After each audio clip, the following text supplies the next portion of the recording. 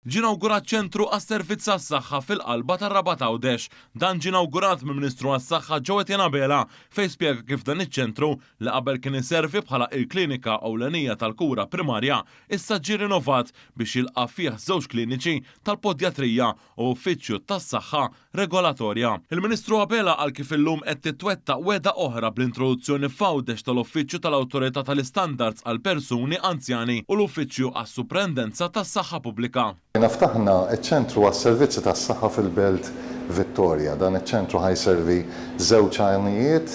Lan kliniku huwa li hawnhekk ħajkollna kliniċi tal-podjatrija f'Għawdex. Il-podjatristi tagħna jaraw 14,000 il-persuna fis-sena. It-tieni għan huwa lan regolatorju. Għall-ewwel darba f'Għawdex ħajkun hawn uffiċċju ta' l-OPSA l-awtorità li tirregola s-servizzi tal-anzjani kif ukoll uffiċċju għal suppretendenza tas-saħħa.